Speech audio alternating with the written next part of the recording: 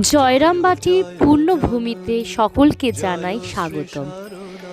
মা শারদার ১৭৩তম জন্মতিথি উপলক্ষে সকলের প্রিয় এই জয়রামবাটির একটি ছোট্ট শর্টস ভিডিও শেয়ার করছি সকল ভক্ত বন্ধুদের সাথে।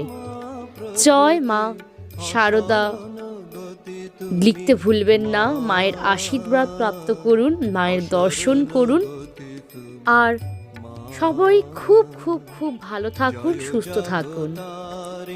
জয় মা।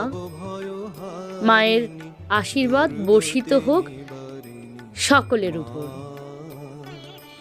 জয় জগতারিণী ভব ভয় হারিণী দুর্গতি নিবারিণী মা, সিদ্ধি প্রদায়িনী।